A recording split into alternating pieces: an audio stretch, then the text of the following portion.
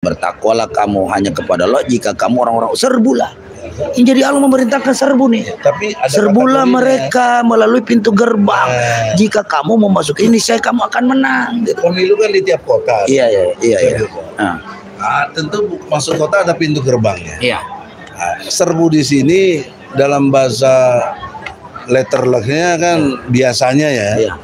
Nominal serbu itu satu kompi. Iya. Satu peleton, satu batalion, satu divisi, itu baru kata serbu itu pantas. Tapi kenapa Allah pakai kata dua orang kok suruh serbu? Dua orang loh. Nah, di situ ada nilainya yang telah diberikan nikmat dan yang bertakwa. Nah, yang pernah diberikan nikmat siapa? Mestinya para incumbent yang udah jadi DPR, incumbent yang jadi DPD, incumbent yang jadi pemerintahan, ya toh? Itu yang punya kesadaran penuh, yang pernah apalagi jadi menteri berkali-kali, ya minimal dalam konteks 2 periode, dia harusnya dengan sendiri aja ya, karena dia punya kebijakan, dia itu bisa serbu. Dia punya otoritas. Iya. Gitu, maksudnya. Jangan sampai membiarkan ya, kayak kemarin. Misalnya contoh tidak mengurangi hormat saya dengan Mahfud MD.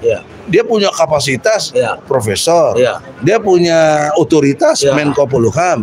Kalau dia nyerbu berdua Ganjar selesai sebenarnya. Jadi harus dipahami logika yang sederhana itu. Apalagi Ganjar didukung oleh partai yang berkuasa. Berkuasa. Tapi persoalannya kenapa Ganjar nggak berani? Nah itu dia. Padahal Bu Mega udah bilang lawan. Nah, yang mau dilawan apa? Nggak ada. Tapi saya juga agak pesimis juga karena kenapa? Loh. Kok udah beda pilihan partai? Kok nggak berani dipecat ya sebagai kader partai? Ini juga menjadi pertanyaan publik. Kalau saya nggak bertanya lagi, udah paham. Berarti ini drakor. Drama kotor. Drama kotor. Ya kan? Yang sudah disetting lah. Sebab kalau bener ukuran manusia, antum punya hak diambil alih, antum punya kekuasaan, kewenangan dicuekin, pasti marah.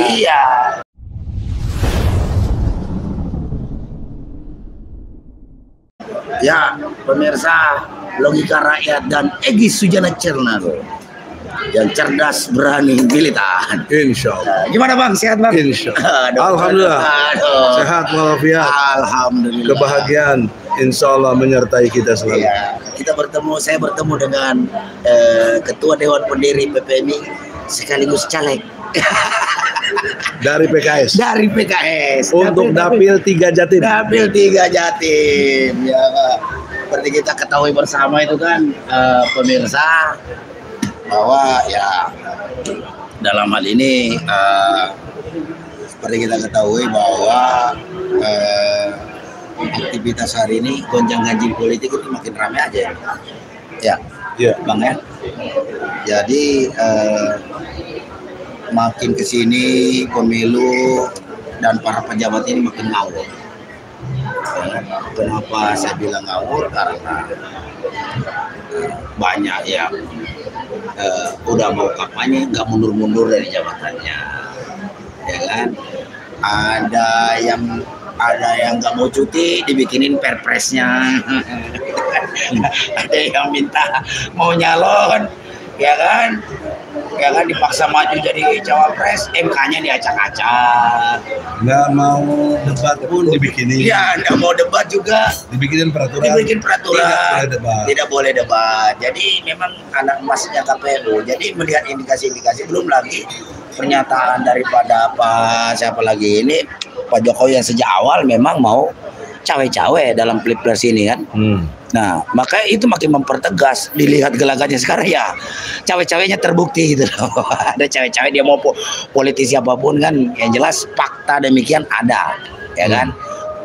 Koalisi partai dikondisikan sekian-sekian, ya kan? Ini segala macam. Nah, seperti apa Bang mencermati situ hari ini Bang? Pencermatannya harus diakui. Jangan memandang Jokowi kuat. Dia bisa cawe-cawe, dia bisa apa yang dia mau kejadian lah. Semua itu terjadi karena kita lemah. Jadi kelemahan kita, kekurangan kita, ketakberdayaan kita, itulah yang membuat Jokowi sepertinya kuat. jadi kesetanan, semau-maunya, sekarepnya. Nah, oleh karena itu kesadaran ini penting agar supaya para aktivis atau teman-teman yang masih lidahnya tidak keluh, tidak makan uang haram, karena banyak orang yang makan uang haram, ini lidahnya keluh, nggak berani ngomong, oleh karena itu bagi kita, terutama sejarahnya kita PPMI, Persaudaraan Pekerja Muslim Indonesia, itu kalau lidah saya keluh dulu nggak lahir PPMI itu, karena dulu Menteri Tenaga Kerja nggak setuju sama PPMI, M-nya Muslim diganti Merdeka katanya. Nah itu contoh. Sampai kita lawan, nama lu bagus si Fulan, coba ganti nama botol, mau nggak? Kan nggak mau. Nah itu contoh sederhana. Jadi kata kuncinya, kitanya jangan lemah, kitanya jangan penakut, kitanya jangan cinta dunia. Itu intinya.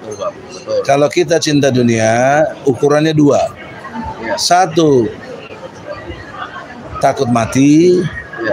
Yang kedua, cinta dunianya dalam bentuk jabatan, gaji yang nggak mau berkurang, pendapatan, kepentingan-kepentingan lainnya yang sifatnya duniawi.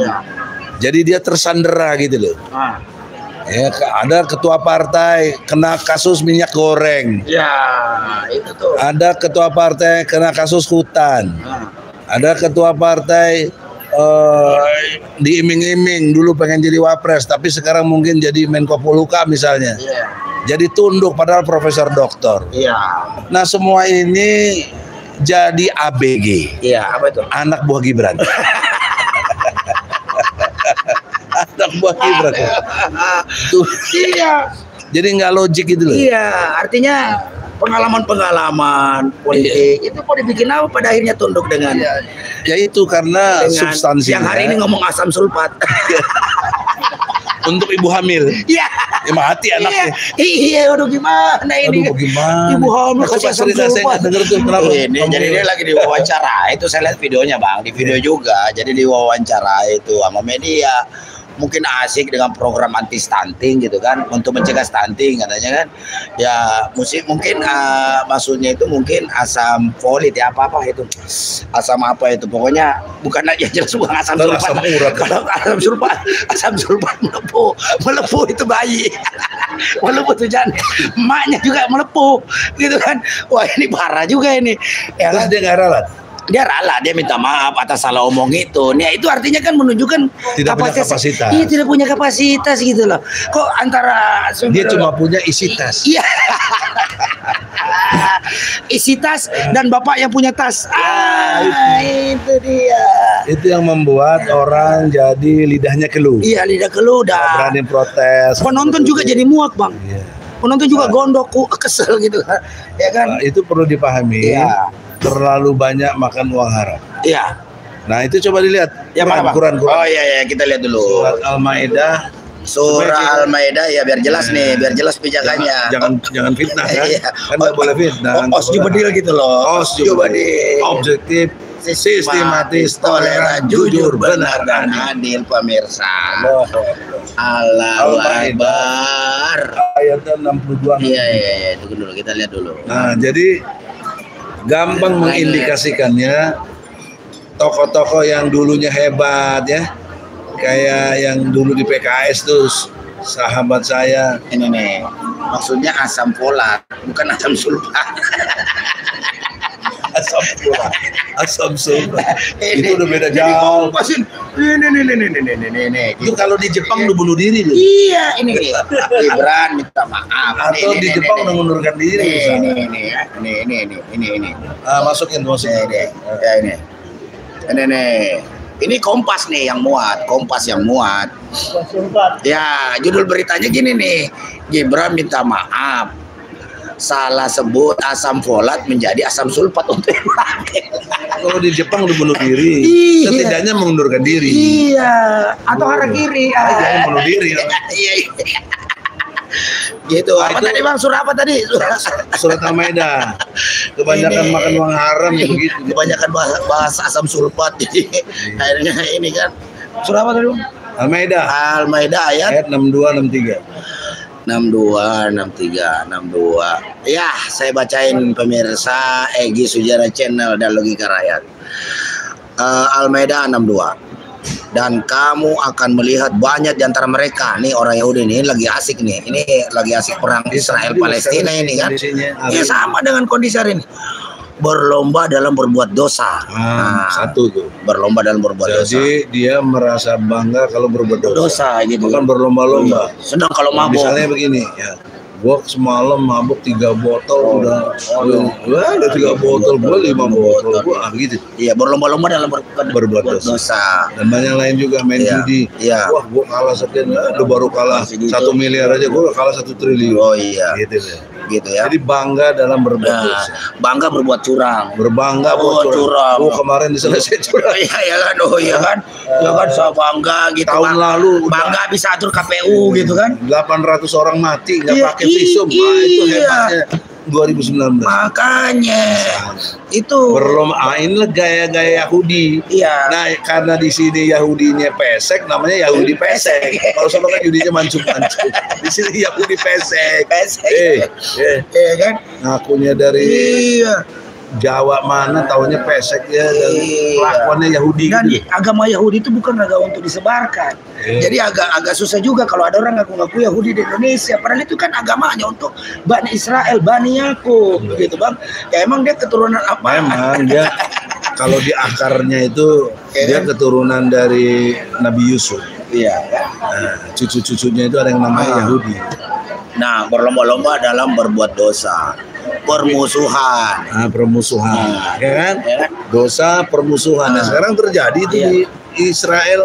Langsung di sini permusuhannya apa? Pecah belah. Ya, neken sana, neken sini. Kemudian menyandra orang.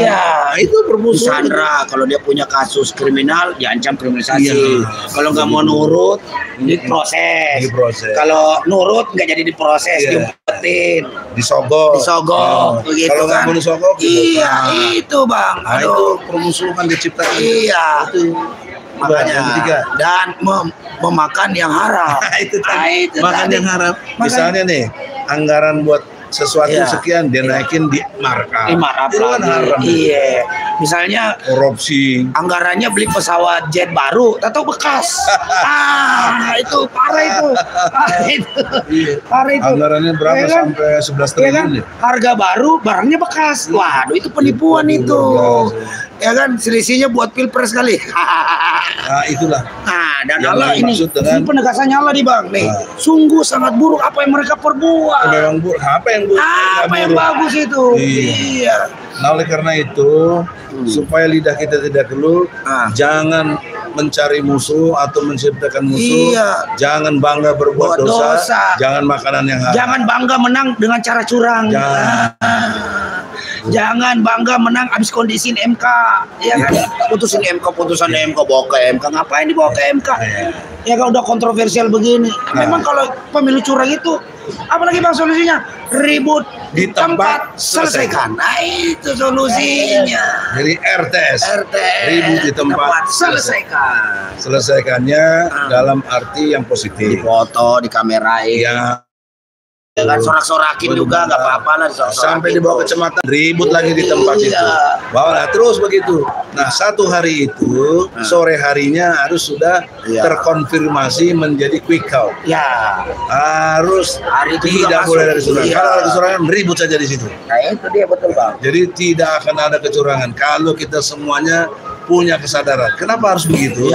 Filosofisnya begini, pemilu itu hak. Bukan kewajiban. Hak. Jadi hak kita yang mulia, kita mau gunakan atau tidak tergantung kita. Nah, kita sudah bagus kesadaran kita berbangsa dan negara untuk menggunakan tanpa ada yang bayar, tanpa ada yang mengkondisikan. Kita penuh kesadaran. Nah, suara kita itu murni, bersih. Apalagi dalam sistem demokrasi ini yang kurang ajarnya suara profesor sama dengan tukang, sama yang nggak punya pendidikan. Seharusnya panitia pelaksana dalam harian KPU menyikapi ketulusan masyarakat untuk menggunakan hak pemilihnya harusnya jangan dicurangi. Iya, harusnya dilayani dengan baik. Dengan jurdil. Ini masa jangankan pemilunya, untuk berdebatnya aja karena si fulannya tidak mau ikut. Nggak bisa berdebat ini. Kemungkinan besar nggak bisa berdebat. Nah, bapaknya mestinya ngasih takut. Ini bapaknya malah bikin aturan. Iya. Nah, harusnya dilayani secara jujur, benar, adil. Ikuti semua tahapan pemilu dengan baik benar, ya kan?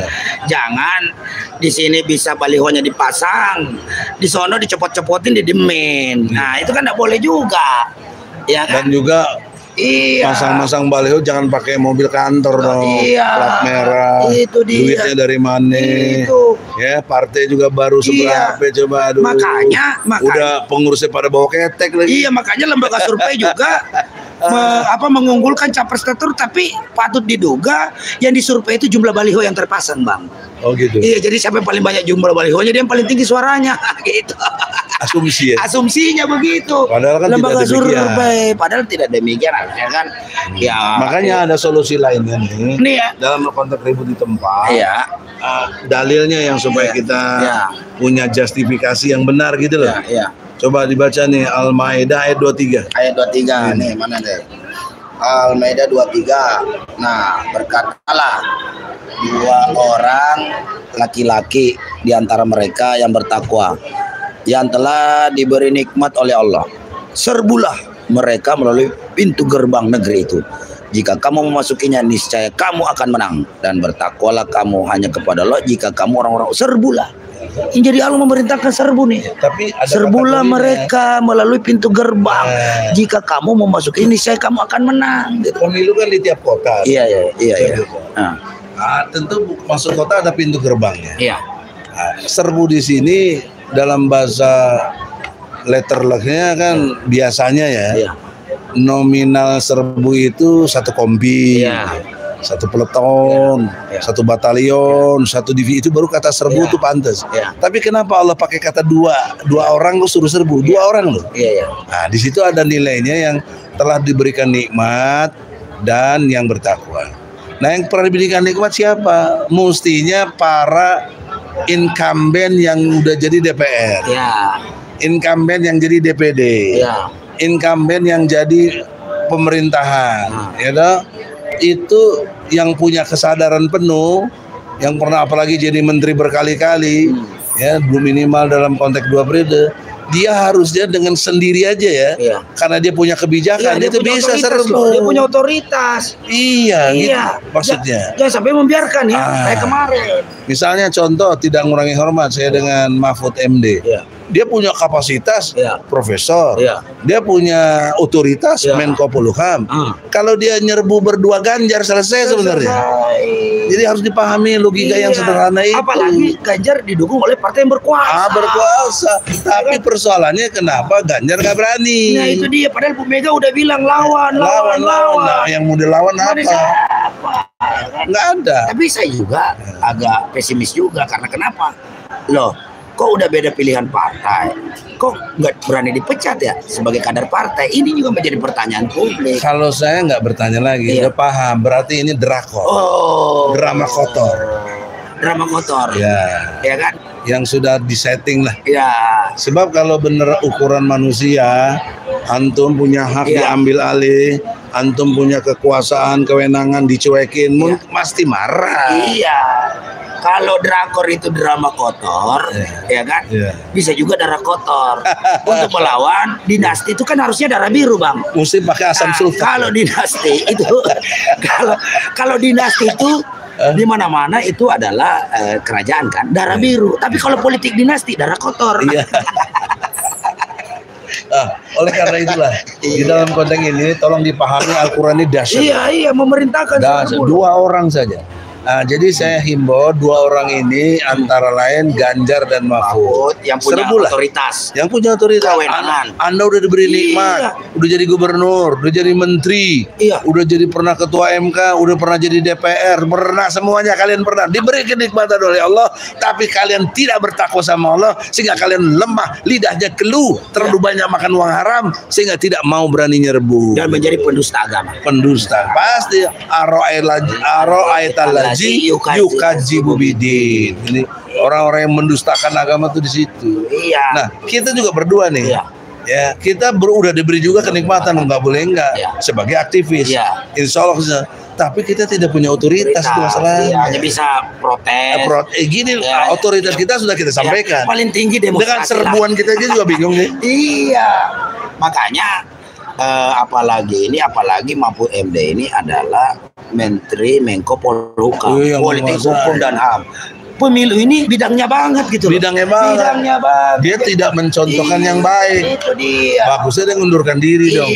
Sebab logikanya bagaimana? Kalau dia tidak mengundurkan diri, kepentingan dan kekuasaannya tidak dipakai. Katanya mengawal dari dalam. Mengawal dari dalam apa mengawal apanya ini? Perjelas dulu. Katanya mengawal dari dalam. Supaya kalau dia di luar kabinet itu retorika yang membuat kita menjadi dibohong-bohongin lah, dusta itu. Intinya nggak berani lah. Iya, nggak berani. Tadi kenikmatannya itu dia kufur nikmat. Betul. Allah udah kasih, dia tidak gunakan untuk takwa. Ya. Nah, kalau Mahfud gak suka ya bikin podcast lagi dong. Jangan dilaporin polisi. Gimana? Cover both side. Iya, makanya jadi apalagi menurut saya sudah menjadi domain dia punya otoritas untuk itu, tapi dia tidak laksanakan. Sama juga dengan PDIP, cuma beraninya keluar-keluar doang, kumpulin kader. Jadi logikanya Ibu Mega yang terhormat, jika Anda tidak ambil tindakan, Anda masih drakor. Iya, mestinya kan jelas di situ aturan main. Sampai akhirnya siapa yang kemarin tuh ketua PDIP Solo, apalagi ini FX Rudi itu akhirnya minta mau ini yang berani mecat bukan Sumatera Utara yang berani mecat Bobi. PDIP Sumatera Utara yang berani mecat Bobi. Sudah dipecat? Iya, dipecat dia. Gitu loh, yang itu loh menantunya Jokowi yang jadi wali kota Medan. Nah itu cuma baru tataran situ. Tapi ketika logikanya gini, kalau dia udah berani mecat Bobi sebagai wali kota, Gibran pun sama. Itu langkah yang kedua. Ini masih buat si Bobinya sudah. Bobi yang menyandang wali kota juga harus dipecat. Karena dia jadi wali kota karena diusung oleh PDIP. Iya gitu logika itu yang lo cerdas. Ini nggak malah dikasih kesempatan. Dia nggak peduli dipecat juga nggak apa-apa lah. Penting wali kotanya masih dipegang. Nah kayak begitu yang harus dipahami. Betul, makanya kayak kita lihat ini udah banyak yang aneh-aneh nih Republik nih. Nah seharusnya para ulama ini, para pemuka-pemuka agama ini yang harusnya bersikap osjubodil juga dalam menyikapi ini, ya ngomonglah apa adanya. Nggak ada yang ngomong tuh. Ya ini pada ingatin nih surat 63 nih Bang Al-Maidah nih, ya kan? Ulangi lagi tuh banyak ulama-ulama. Ada ulama tuh, pendeta bacain tuh. 63-nya. Ulama, pendeta, banyak yang haram juga. Mengapa para ulama dan para pendeta mereka itu tidak melarang mereka mengucapkan perkataan bohong dan memakan yang haram? Sungguh sangat buruk apa yang mereka perbuat. Lah wakil presiden di sini kan ulama. Ya gimana Bang? Ya kepada Bapak Ma'ruf Amin yang dimuliakan Allah, gitu. Karena ulama sendaklah taatlah kepada Al-Maidah 63. Anda ulama besar, Anda ketua MUI, Anda wakil presiden. Kok malah diatur sama orang yang ijazahnya palsu? Iya benar, karena cawe-cawe itu Bang butuh energi untuk berbohong, butuh energi untuk mengelabui. Nah, kenapa wakil presiden ikut terkelabui? Iya. Aduh. Itulah padahal kalau gelar profesor doktor. Iya, itulah. Jabatan wapres. Makanya. Nah, jadi Quran ini sangat terang benderang, tidak ada tafsir. Ini namanya tadabur. Tadabur Quran. dan tidak menyinggung siapapun. Kalau yang merasa tersinggung ya lu salah sendiri. Kenapa lu tersinggung? Lu yang begitu. Kok Quran yang disalahin? Itu dia, betul Bang. Jadi kok kita dibilang hoak lagi? Maka hoak gimana? Orang juga berdasarkan informasi dari Anda yang ucapkan, yang dibuat oleh media. Media kan juga nggak mungkin memunculkan tanpa. Apalagi yang muat ini media-media yang kredibel.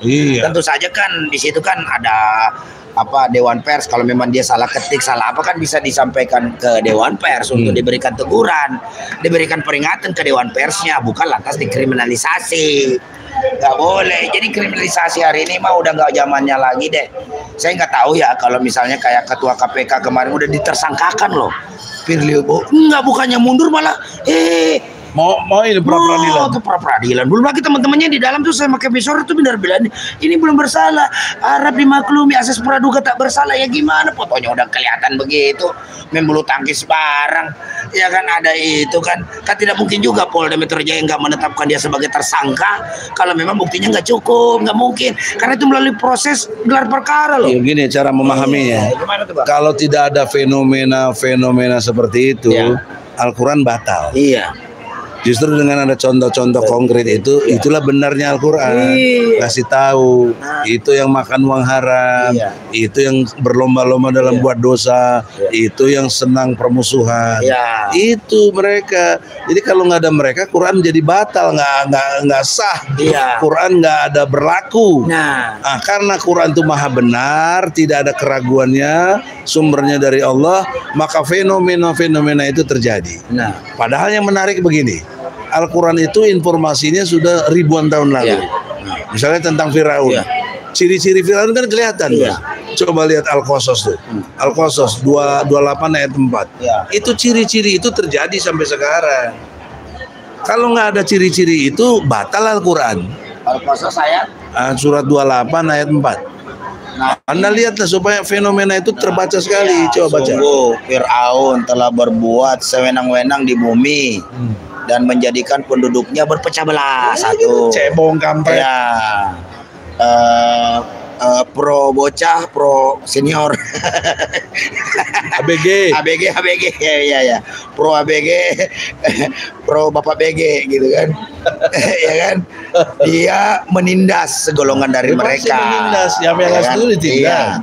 Dia menyembelih anak laki-laki mereka, membunuh. Udah jelas FPI dibunuh. Iya, KM 50 Bang ya. KM 50. Dan banyak lagi yang KPPS juga.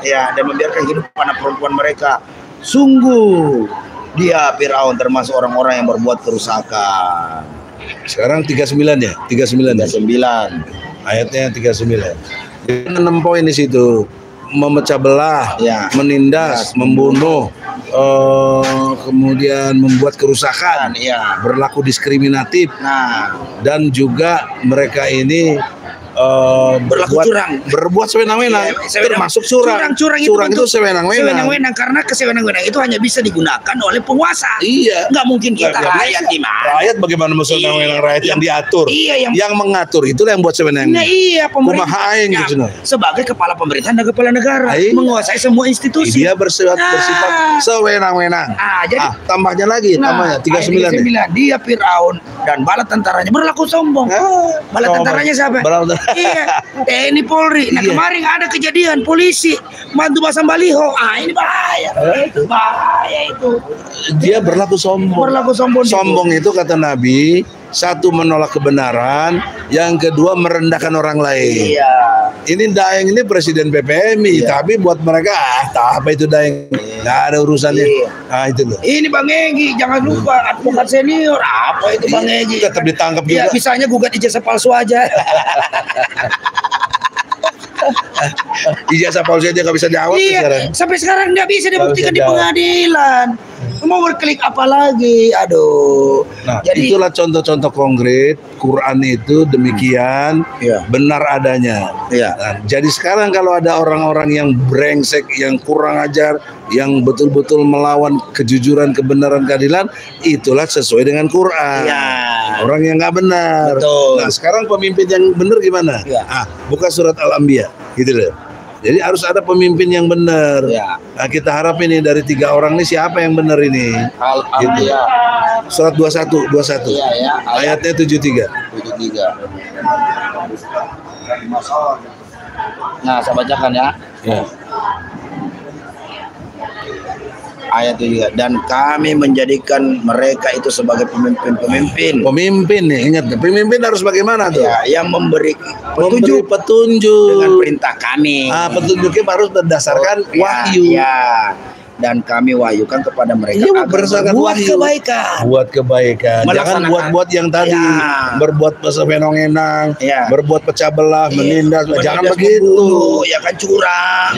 Ya kan bantu-bantu orang pasang baliho, itu nggak bagus. Jadi kalau Jokowi cawe-cawe itu berbuat kecurangan, tidak baik. Iya. Berarti Jokowi tidak perlu pemimpin yang mengikuti perintah Quran. Iya, pakai alat negara untuk kampanye. Aduh. Itu namanya sewenang-wenang. Sewenang-wenang. Nah, lanjut. Dan bayar zakat.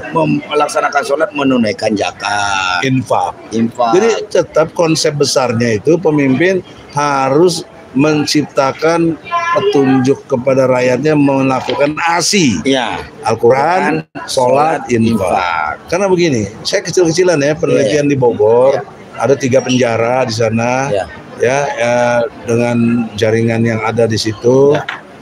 Setiap orang yang masuk penjara di bukan cuma di Bogor lah, di mana aja penjara kalau itu ada, itu pasti sholatnya nggak beres, sholatnya nggak beres. Kalau dia sholatnya beres, nggak mungkin masuk penjara. Kecuali masuk penjara karena kita politik kriminalisasi. Ya kan? Tapi kalau karena kriminal itu disebabkan dia tidak sholat. Kalaupun pernah sholatnya belang-belang. Sholatnya nggak benar. Mungkar. Itu logikanya. Kalau sholat itu yang benar mampu mencegah keji dan mungkar. Nah, konteksnya kepada pemimpin itu, ada nggak pemimpin di Indonesia sudah 7 kali ganti presiden, sudah 78 tahun merdeka, merawat sholat rakyatnya. Tidak ada rakyat yang dirawat sholatnya. Ini malah gara-gara COVID disuruh jaga sahab. Tidak boleh sholat. Tidak boleh sholat. Tidak boleh ke masjid. Itu bagaimana pemimpin itu? Berat bertanggung jawaban pada Allah. Itu tadi itu yang dimaksud di sini. Iya, karena banyak makan uang haram. Karena uang COVID uang haram.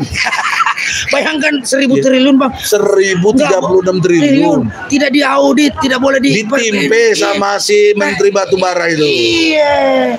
Dibuatkan perpres supaya tidak bisa dipidanakan gitu. Waduh. Emang jahat mereka. Ini benar-benar. Udah, nanti klimaksnya Allah sendiri yang tahu. Iya. Nanti klimaksnya Allah yang cabut. Akan menurunkan pasukan yang beriman kepada Allah, berkasih sayang kepada sesama orang-orang beriman. Nah, ini spesial. Iya. Allah akan datangkan baktatan. Apa itu? Baktatan itu kejadian yang tiba-tiba. Nah, dasarnya surah 6. Mana? Surah 6. Ada kita. Jangan main-main ayat 44. Al-Quran tuh luar biasa. Ini tayangan kita, Bang. Tadabbur Quran. Dinonton yang belum ngerti gini jangan terus protes lah. Lu baca Quran dulu gitu. Nah, ini kan begini, Bang. Sejak peristiwa perang Israel sama Palestina ini, namanya Mas. Ini bagaimana Hamas memperlakukan tawanan perang itu dengan baik, dengan benar gitu kan. Ini membuka orang, terus bagaimana kesabaran orang-orang di Gaza menghadapi perjuangan. Dari peristiwa itu banyak yang masuk Islam. Banyak yang masuk Islam, banyak mencoba untuk mengenal Al-Quran. Nah, makanya Logika Rakyat hari ini bersama Egy Sujana Channel tentunya berkolaborasi menyampaikan ayat ini. Ini tentu sayangnya saja, logika rakyat, rakyat itu tidak berlogika. Makanya kena ajab dari Al-Arab juga itu, Al-Arab juga ada juga itu nanti itu kan. Coba baca itu. Al-An'am 44. Kita baca dulu nih. Jadi situasinya begitu memang. Al-An'am ayat berapa? 44. Al-An'am surat ke-6. Nah, ini channel ini, tayangan ini, Tadabbur Quran ini diikuti oleh Amerika dengan Eropa ini. Nanti orang teman-teman di Amerika. Saya belum ketemu kiai-kiai yang begini belum. Ini teman-teman di Amerika sama Eropa sedang menyaksikan ini, Bang. Ini lagi dia pelajari. Ini benar kata Bang Egy. Iya iyalah. Ini kan Logika Rakyat dan Egy Sujana Channel ini kalau kolaborasi itu ditonton oleh rakyat Indonesia baik dalam dan luar negeri. Allah. Nah, kalau di luar negeri minimal diajak tetangganya makanya nonton bareng. Nah, gitu Bang. Makanya dia dapat hidayah. Ya, iya, yang nonton dapat hidayah, betul-betul dari Allah. Jadi orang Amerika dengan Eropa yang ingin membuka tadabbur Quran juga itu secara tidak langsung memahami teori Osjubrilnya Egy Sujana. Gitu. Nah, teori ini bukan ece-ece, ini teori waktu saya dapat profesor. Iya, mau lebaran. Nah, kita bacain Bang ya. Al-An'am 44. Maka ketika mereka ini melupakan peringatan yang telah diberikan kepada mereka. Iya. Nah, peringatan ini bisa demonstrasi, bisa dari podcast, ya kan? Peringatannya kamu bertakwa. Iya. Mereka lupakan itu. Nah, kami pun membuka semua pintu kesenangan untuk mereka. Pertanyaan serius. Nah, kenapa ketika mereka melupakan perintah Allah, malah Allah buka kesenangan? Iya, joget-joget. Apalagi tuh yang lagi gemoy. Padahal goyang di atas penderitaan rakyatnya. Gimana sih? Nah, ya kan? Tidak bermaksud nyinggung siapapun. Iya. Ini Allah beri kesenangan. Iya, senang-senang. Kesenangan. Nah, sekarang senang-senang itu kan salah satu bentuknya adalah joget. Iya, nah, yang suka joget-joget kan lagi viral nih goyang gemoy. Iya. Ya apa yang salah? Nggak ada yang salah. Santuy. Iya kan, santuy ya kan. Padahal mah ya kan. Ingat ini Quran ini. Dia nggak menyadari ini. Dia bersenang-senang di atas penderitaan rakyatnya. Upah murah, rakyat miskin makin banyak. Ya kan? Gampang buat mereka. Misalnya stunting, orang rakyat nggak makan. Ada anak. Iya. Ayah, saya tidak mau debat. Lah, gampang ayah tuh. Kesenangan itu. Kesenangan. Ayah, saya belum cukup umur. Gampang saya tuh. Saya revisi undang-undangnya. Ini kesenangan itu. Kesenangan itu bisa dalam bentuk bisa juga dalam bentuk fasilitas. Iya, fasilitas. Dan KTBLC sosial dan berupa fisik. Dan intervensi. Nah, itu kesenangan juga. Kesenangan itu. Dimudahkan. Iya, ada orang. Tapi lihat, lanjut ayat itu. Belum selesai itu. Iya. Kita bahas dulu senangnya Bang. Jangan dilanjutin dulu biar pada kepo. Ini. Jadi senang-senang itu salah satu bentuknya itu adalah cewek-cewek. Cewek-cewek menindas orang soleh. Cewek-cewek itu kan ibarat kata ikut campur. Dia menindas orang. Dia senang menindas orang. Dia senang mengintervensi lembaga karena mentang-mentang dia dikasih kewenangan penuh oleh negara ini menjadi kepala pemerintahan dan kepala negara. Jadi bebas aja dia intervensi siapapun dia kehendaki, ya kan? Tapi dia nggak tahu rakyat juga udah muak dan marah sebenarnya. Tinggal tunggu aja nih. Nah, kita lanjutin Bang ya. Sehingga ketika mereka sedang bergembira, ketika Anda sedang bergembira, lagi asik goyang gemoy, lagi asik cawe-cawe, ya kan? Lagi asik bagi-bagi sembako, minyak goreng, mie goreng, bagi-bagi duit, ya kan? Lagi asik pasang baliho, ya kan? Pakai fasilitas negara, ya kan? Apalagi dibantu aparat, dengan apa yang telah diberikan kepada mereka, Allah udah berikan nih. Kemudian Allah menyatakan di sini, kami siksa mereka secara tiba-tiba. Itu tiba-tiba itu baktatan. Tiba-tiba loh. Plötzlich kalau Jerman bilang. Tiba-tiba. Kayak serangan Hamas tanggal 7 Oktober. Badai gurun. Serangan jantung. Serangan jantung. Jangan serangan jantung juga, ya kan? Serangan stroke juga, ya kan? Kayak itu yang di Singapura tuh. Ini gara-gara apa itu? Itu serangan tiba-tiba itu, tapi skalanya masih kecil. Tsunami juga tiba-tiba. Iya. Bencana alam, longsor, banyak lah yang tiba-tiba. Itu juga gara-gara dia bebasin 3,3 juta hektar lahan sawit diputihkan. Ya kan, ikut bisnis PCR kemarin kan. Nah, akhirnya kan dirawat di Singapura. Tingkat menteri tiba-tiba sakit. Sampai sekarang belum sembuh-sembuh. Nah, itu dia. Tiba-tiba. Sebelumnya masuk pidato. Ya kan? Malamnya sakit. Maka ketika itu mereka terdiam putus asa. Mampus lah. Kalau Anda sudah terdiam putus asa, dan ingat loh, yang membuat Anda berputus asa itu adalah Allah. Allah lah yang memberikan harapan. Allah lah yang Maha Pengampun. Allah lah Maha Penerima Taubat. Tapi karena Anda diingatkan nggak mau dengar, akhirnya Allah cabut nikmat itu. Dia cabut rahmatnya. Ya kan, akhirnya lu dibikin putus asa. Betul. Orang yang dibikin putus asa oleh Allah itu adalah orang-orang yang dicabut berkah rahmatnya dari Allah pada mereka ini. Ya karena udah dikasih kemarin, Allah udah DP duluan, kasihkan kesenangan, goyang-goyang gemoy, makan-makan enak, rakyatnya lagi kelaparan. Anggarannya triliun. Iya, ya kan. Anggarannya triliun, disuruh beli pesawat baru, ternyata pesawat bekas yang jadi. Gimana itu? Ya kan. Nah, itu pemirsa logika rakyat dan ciri khas hukuman Allah itu by proses. Ya. Ada yang tiba-tiba, ada yang lambat. Iya, ada by design. Ya, ada by design. Ya. Tapi Allah yang desain. Allah semua yang karena wa makaru la innallaha makirin. Allah lah yang jagonya makar kan gitu. Gimana Bang, lanjut Bang? Nah, oleh karena itulah bagi kita yang beriman, jangan terperdaya oleh keadaan yang sekarang. Jangan makan haram. Jangan berbuat berlomba dosa, jangan ciptakan permusuhan. 3 pesan moral ini penting, Jadi kalau jadi ketua partai lah yang benar, ngurusin anggota yang benar, jadi dai juga dai yang benar, jangan sokong sana, sokong sini. Kalau mulut Anda itu makan uang haram, itu dia tuh. Dakwah nggak berani, jihad nggak berani, tapi muji-muji orang berani. Itu penjilat itu. Baru levelnya sampai sholawat doang. Belum berani nyatakan jihad secara besar, kumpul rame-rame di Monas. Misalnya sholawat. Belum ini, coba baca surat 66 ayat 9. Nggak ada saya lihat kiai yang berani begini, nggak ada. Surah 6. 66. Surah 66 itu surat At-Tahrim. Ayat 9. Semuanya tenggelam. Saya bukan ulama, saya kiai. Saya advokat. Ayatnya 9. Ayat 9. Surat At-Tahrim ayat 9. Wahai Nabi, perangilah orang-orang kafir dan orang-orang munafik dan bersikap keraslah terhadap mereka. Tempat mereka adalah neraka jahanam. Itulah seburuk-buruk tempat kembali. Sekarang sikap keras aja nggak berani, berarti mau perang. Ya ini yang baru berani laksanakan ini baru Hamas. Arab Saudi aja penakut. Ya penakut. Arab Saudi aja. Padahal punya kerajaan. Orang punya kerajaan. Negara-negara teluk juga termasuk gitu. Indonesia penakut. Indonesia juga baru mengecam.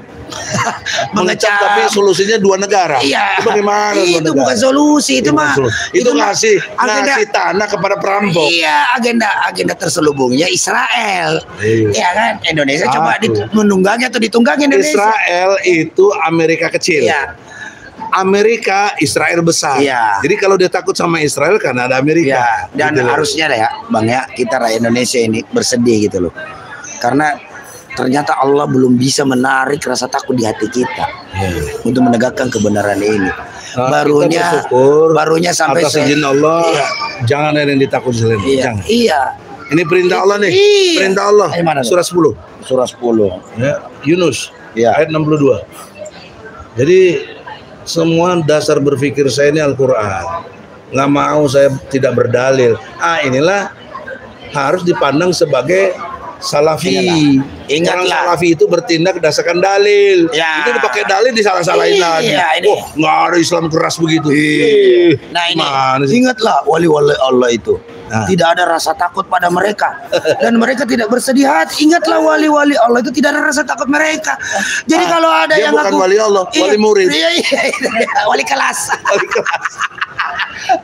Lah ini baru gimana caranya ngaku-ngaku kumpul-kumpulin umat, tapi takut di penjara.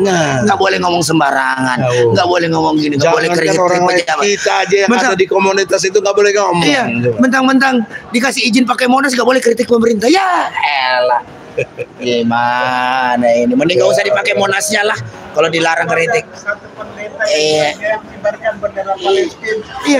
Iya itu dia tuh, itu pendeta itu juga itu pendeta gagal paham konstitusi itu sama dengan melegitimasi penjajahan, bos. Padahal undang-undang kita jelas. Dan dia nggak ngerti Indonesia. Nggak ngerti. Katanya ada wilayah Kristen. Iya itu mana? Ada itu mah orang nggak ngerti, itu masuk kategori yang dibilang tadi Bang Egi, Yahudi pesek. Ya kan, seneng banget jadi Yahudi. Padahal dia sendiri nggak diaku loh. Itu kalau kita misalnya ke negara Israel, yang namanya maaf ya, ajaran Kristen itu nggak boleh pakai salib. Bawa salib di rumah ibadah, sanogegnya orang Yahudi, dilarang masuk, itu barang haram. Kalau ada diludahin itu, diludahin kok kamu diludahin, enak banget, seneng banget diludahin sama orang Yahudi. Kalau kita mah ya sorry aja lah ya. Enggak lah, yang jelas makanya kita membela Palestina, para intel dan lain sebagainya, jangan salah nyata. Kita ini punya tiket baik buat bangsa ini, memperbaiki watak-watak pejabat yang brengsek harus jadi benar. Kalau Anda nggak suka, buat podcast. Iya. Bantah pendapat ini. Jangan pakai laporin polisi. Blow on itu. Itu dia. Nah kalau pakai dilapor proses, ya itu tadi bagian cewek-cewek juga. Jadi polisi terlibat. Itu kerjaan Yahudi pesek itu. Itu nggak bener lah. Dan kita harus dalam hal ini menghimbau kepada seluruh aparatur kepolisian, jaga institusi kalian. Jaga marwah institusi kepolisian sebagai institusi yang benar-benar jadi pengayom, pelindung, pembina masyarakat.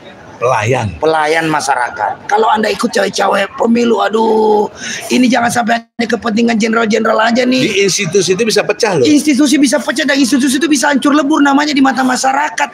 Ini aja udah jeblok, masa kasus Sambo kemarin udah jeblok, kasus-kasusnya juga kemarin udah jeblok, masa mau dibikin hancur lagi? Ya kan, malah ada Brimob jaga kebun sawit, harusnya jaga keamanan bukan jaga kebun sawit. Ya Allah. Jadi tolonglah. Jadi kita juga mengimbau juga kepada aparat keamanan, khususnya kepolisian, udahlah berhentilah kalian, jangan terlibat dalam apalagi ini kampanye pilpres, jangan berpihak lah. Pokoknya Anda tetap menjaga netralitas. Maupun komandan Anda ini udahlah abaikan aja. Tuh jabatan ini sementara kok, jangan hanya segelintir kepentingan petinggi-petinggi Polri rusak institusi Polri ini sebelanga.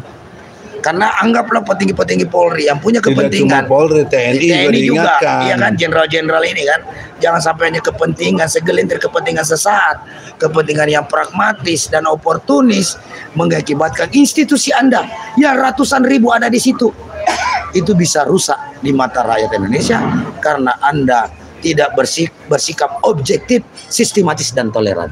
Tidak jujur, tidak jujur, tidak benar. Karena tidak objektif, tidak sistematis, tidak toleran, akhirnya tidak jujur, tidak benar, dan tidak adil. Dan itulah ansurnya kehidupan karena tidak osjubdil. Oleh karena itu solusinya ASI, Al-Quran, Salat, Infak. Tolonglah siapapun pemimpin ke depan, didiklah, rawatlah bangsa Indonesia ini, dicerahkan, dicerdaskan dengan Al-Quran, dijaga sholatnya supaya tercegah dari keji dan mungkar, dan untuk menjaga lingkungan yang kondusif, bayar infak, jangan pelit. Dan kepada ulama-ulama, pemuka agama yang masuk angin, yang pendapat-pendapatnya ngawur, jauh dari Quran, istighfar, tobat, kembalilah ke jalan yang benar. Kembali ke ASI. Iya, kembali ke ASI tadi. Karena ingat, derajat Anda menjadi ulama itu ditinggikan.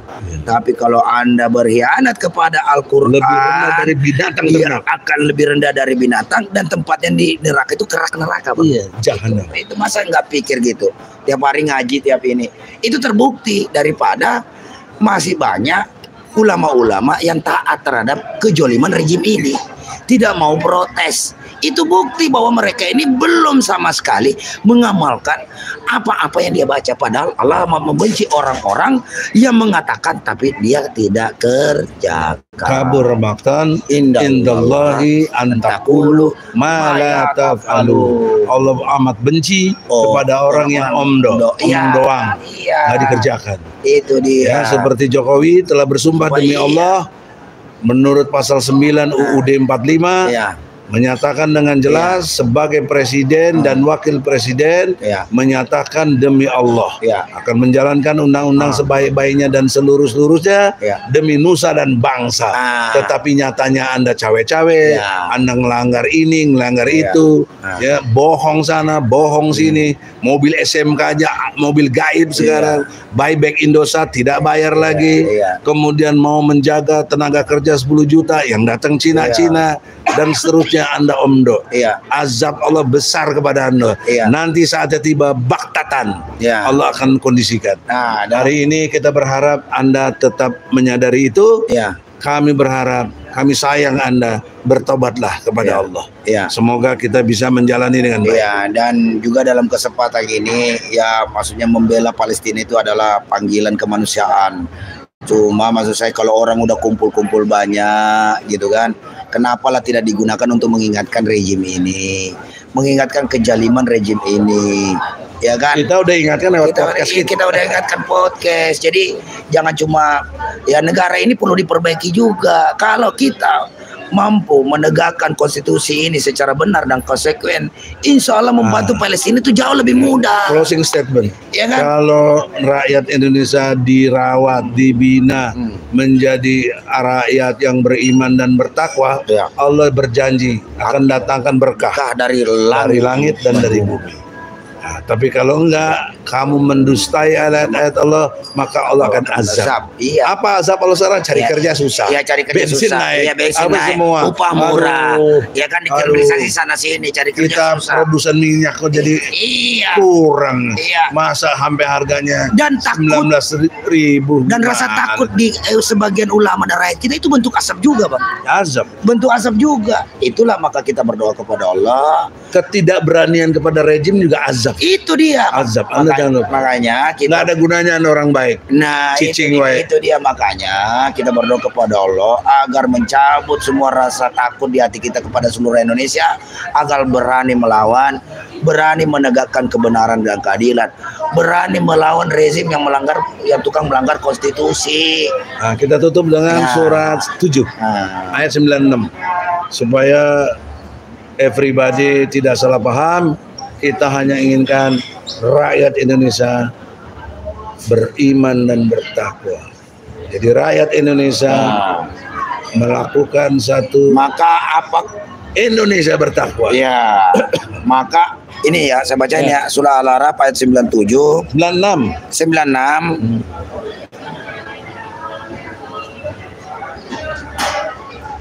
Dan sekiranya penduduk negeri beriman dan bertakwa, pasti kami akan melimpahkan kepada mereka berkah dari langit dan bumi. Barakatim minas sama'i wal ard. Ya kan? Tetapi ternyata mereka mendustakan ayat kami, maka kami siksa mereka sesuai dengan apa yang telah mereka kerjakan. Ya. Karena kalau nggak berani melawan, ya nikmati aja penindasan ini. Nikmatilah cawe-cawe. Iya, nikmatilah cawe-cawe, nikmatilah jadi ABG. Dari ABG, ya kan, itu tadi. Tidak berani keluar daripada zona nyaman. Karena kalau kita ingin berubah, kita harus berani keluar dari zona nyaman. Betul-betul demi keselamatan bangsa dan negara. Ya, sekarang kalau bukan. Oleh karena itu dengan rasa hormat kepada siapapun. Saya hanya berdakwah menyampaikan ayat-ayat Quran. Kalau Anda nggak suka, mungkin gaya, mungkin cara. Tapi jangan sekali-sekali tidak suka dengan isi Al-Quran. Kalau Anda firman Allah bukan urusan saya. Kalau Anda tetap nggak suka, ya Anda memang kafir gitu. Solim, musyrik, kafir, murtad, munafik berat. Nah, saya ingatkan kita istighfar, mari kita beribadah yang sebaik-baiknya kepada Allah Subhanahu wa taala dan mengikuti Nabi Muhammad sallallahu alaihi wasallam. Oke. Dari antum? Oke, pemirsa Egy Sujana Channel yang cerdas, berani, militan, dan logika rakyat yang selalu senantiasa mengajak rakyat Indonesia untuk berlogika. Jadi pada kesempatan ini saya meminta kepada seluruh Indonesia perbanyak istighfar. Mungkin ini adalah bagian dosa-dosa kita juga, sehingga rasa takut di hati kita itu masih dibenamkan oleh Allah. Mari kita juga berdoa agar rasa takut di dalam hati dan jiwa kita dicabut oleh Allah. Dan kemudian Allah memberikan rasa keberanian kepada seluruh rakyat Indonesia untuk bangkit dari ketertindasannya, untuk bangkit melakukan perlawanan terhadap semua penindasan-penindasan yang sudah dilakukan oleh rejim ini, sekaligus juga untuk berani melawan semua bentuk kecurangan pemilu yang akan datang, baik itu yang dilakukan oleh oknum-oknum aparat, oleh siapapun, ya kan, yang dilakukan secara TSM yang harusnya harus dilawan oleh seluruh Indonesia. Dan satu tadi solusi yang kita tawarkan, ketika Anda menemukan kecurigaan, maka solusinya adalah ribut di tempat, selesaikan. RTS. Ya. Ribut di tempat, selesaikan. Nah, karena itu juga sudah bisa diantisipasi oleh tim advokat daripada tim Amin, ya, dalam hal ini Bang Egy dan kawan-kawan yang kemarin sudah deklarasi itu ribuan advokat siap mengawal kecurangan pemilu.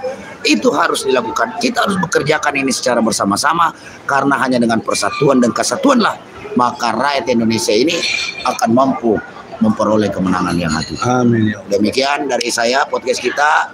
Saya akhiri, billahi taufiq. Wassalamualaikum warahmatullahi wabarakatuh. Waalaikumsalam. Free Palestine. Free Palestine. Free, free, free Palestine. From the river to the sea. From the river to the sea.